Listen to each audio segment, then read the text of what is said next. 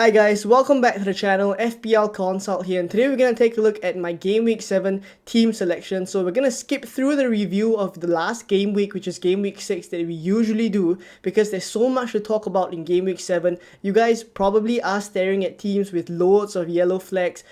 My team is no different. I have Botman and Saka that's yellow flagged, but there's also Madison and a couple of other Newcastle players that are yellow flagged as well. So we will discuss all of that in this video, potential transfers that I plan to make for Game Week 7, as well as a wildcard draft for Game Week 7, because as of now, I'm actually 40% likely. I mean, I'm not leaning towards it, but there is a small chance. This is the first game week in the first 7 game weeks at least that there is a slight chance that I may activate the wildcard. So because of that reason, I prepared a Game Week 7 wildcard draft at the end of this video, and I'll discuss that. It's updated with all the latest injuries, so it will not have any players that are flagged. So I've prepared that just in case of that scenario, and I hope this video in general is useful for you guys. If you guys do enjoy this one, please give it a like and also subscribe as well if you are new around here. So let's talk about how my team is lining up in Game Week 7. It's likely going to be a 4-4-2, as you guys can see here. At least that was the plan before these yellow flags for Botman and Saka came up, right? So obviously in the press conference before the AFL Cup game, Eddie Howe said that Botman has a slight knee problem. As for Saka, we already knew he came off hobbling in the Game Week 6 game against Spurs, right? So we already knew there was some doubts about him, and Arteta came out to say that, you know, there is a possibility that he may miss the Bournemouth game. He's not ready to train yet, etc. We are still waiting for the press conference on Friday to get more information on both these players at least. So as for what it means for my team, initially the 4-4-2 was the plan, right? And Bournemouth away for Saka and Burnley at home for Botman are great fixtures. I planned to actually roll the transfer this game week, but obviously now, given that this is the case, I probably would not be able to roll the transfer, and I probably will have to make a judgment call as well if we don't get any news from the press conference, or at least there's no conclusive update. My judgment call at this point in time before hearing the press conferences is that I do feel Botman has a higher chance of starting, right? I think this injury for Botman may not be as serious. I mean, this is just my gut feel based on whatever that I'm hearing from Eddie Howe, as well as how recently the injury has only cropped up, right? For Saka, we already knew from last week it was an issue. So I do feel there's a slightly higher chance that Saka would miss out, and we may see the same back four for Newcastle that played in Game Week 6 play again in Game Week 7, because in general, I don't really trust Eddie Howe, or I take it with a pinch of salt, whatever he says, right? So as for Saka, I feel like there's a little bit more of a doubt for Saka, and if we don't get any news pre-deadline, which is pretty unlikely that we'll get any leaks this week, then I probably will have to do Saka to another player, because I do see that will be a problem. And my bench is really thin as well. I have Eze first on the bench playing Manchester United away. The plan was always to bench Eze for this game week and then bring him back into the team for Game Week 8 when he plays Nottingham Forest. The rest of the players as well don't have great fixtures. Udogie has Liverpool at home, and Osula is just not an option anymore. So in terms of my starting 11, I'm likely going to have to make a change, and based on my judgment call, that would be to remove Saka, and I'll probably bring forward some of the moves that I had already planned for Game Week 8. And Game Week 8, the plan was to remove Foden and Saka for Son and Madison, right? So if I do bring that move forward now to Game Week 7, I don't see any real issues at all, because it does still lead me to my Game Week 10 team without wildcarding, because the plan to bring Madison and Son in for Foden and Saka was always to lead up to a Game Week 10 situation where I don't need to wildcard, because I would be able to bring Salah in by then, and it's according to the plans that I already had. I'm just shifting it one game week earlier. So let's say I do make the move and I bring Saka out and I bring Son in. This is how the team would likely look.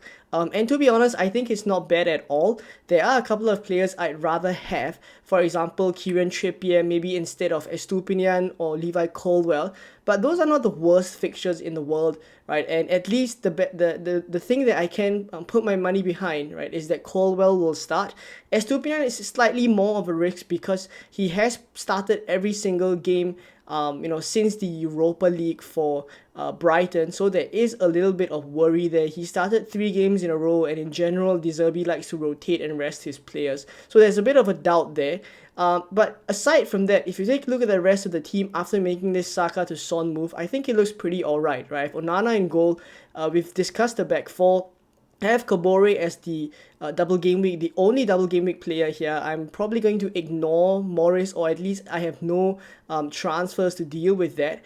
And in terms of Botman, as I mentioned, I think it's pretty likely that we'll see him start, but I will discuss later on as well the situation where he misses out and also Saka misses out. Then maybe there will be a need to wildcard. So we'll discuss that later on. In the midfield, it's Foden, Mbeumo, Son, and Rashford. I'm perfectly alright with this midfield because Foden actually didn't start the game against Newcastle in the EFL Cup, and he just came on for I think the last 16 minutes. So it is pretty likely he'll start against Wolves. At least I'll put my money behind that. And Mbeumo has Nottingham Forest, Son has Liverpool, Rashford has Crystal Palace. These are all great fixtures, and I honestly would not mind having this midfield at all.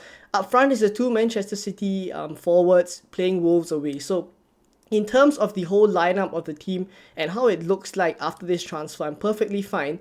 But once again, as I mentioned, if Botman and Saka misses out, both of them miss out, there will be an issue because I'll probably will have to turn to my bench now. If I bench Botman and I start Eberechi Eze, that's not great at all because all of a sudden I have 3 players that I'm not too confident of in terms of Levi Colwill, Estupinian, and then I would have Eze in my starting 11 for game week 7 as well. So that's not great. So let's say the situation or the press conference tell us that Botman and Saka miss out.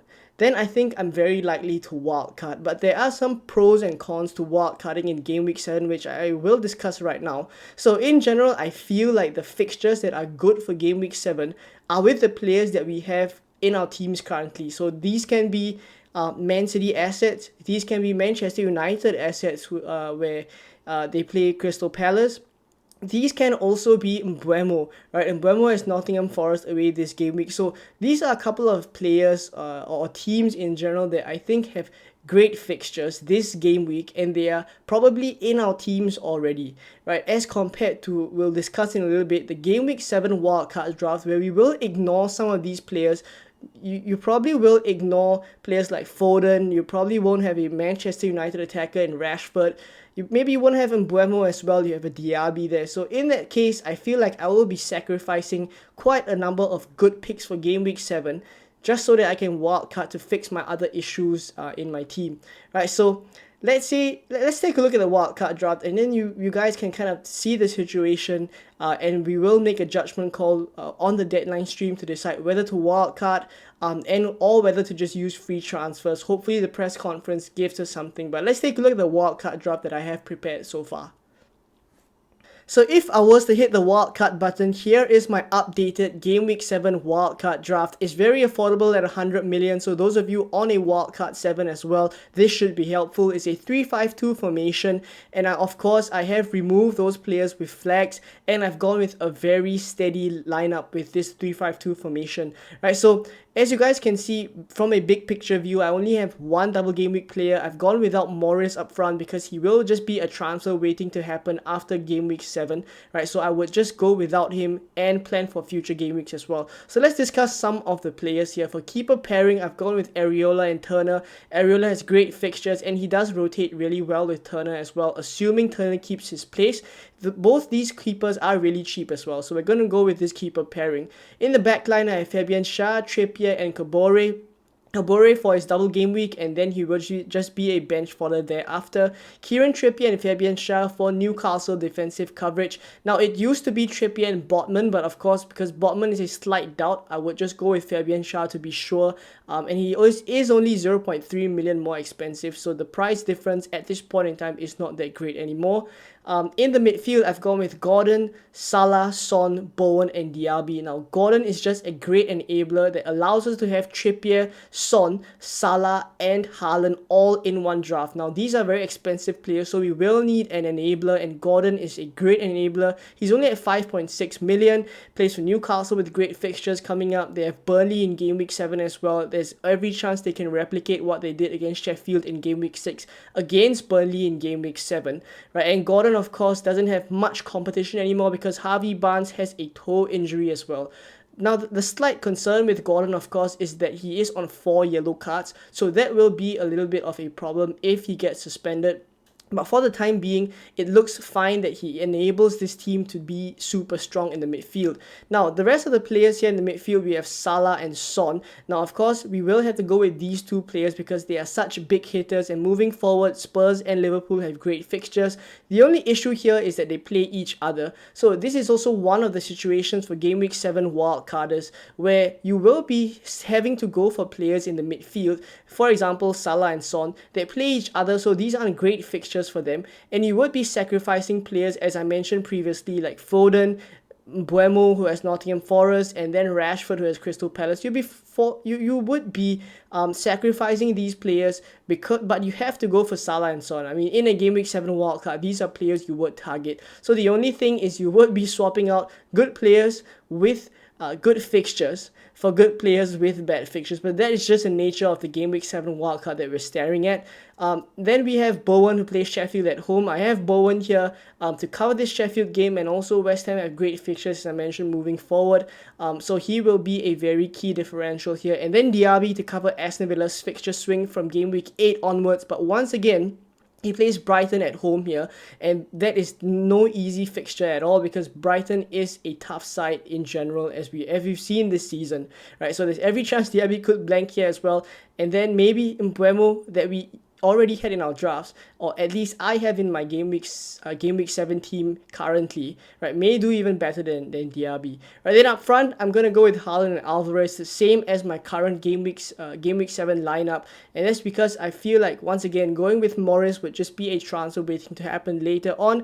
I don't see other real options at this point still, right? And Alvarez, of course, looks really, really good for this Wolves fixture as well, right? So on the bench, I have Turner, Cash, Udogie, Archer. Turner will be the substitute keeper. Cash is, of course, for the Aston Villa fixture swing from Game Week 8 onwards. Udogie for Spurs, great fixtures 8 and 9 for Game Week 8 and 9 for Spurs. And then moving forward, you can bench him a couple of game weeks and start him when Spurs have good fixtures. He's a great enabler, good attacking threat as well. Last on the bench is Archer for a 4.5 million forward bench fodder. So there we go with my Game Week 7 updated wildcard draft.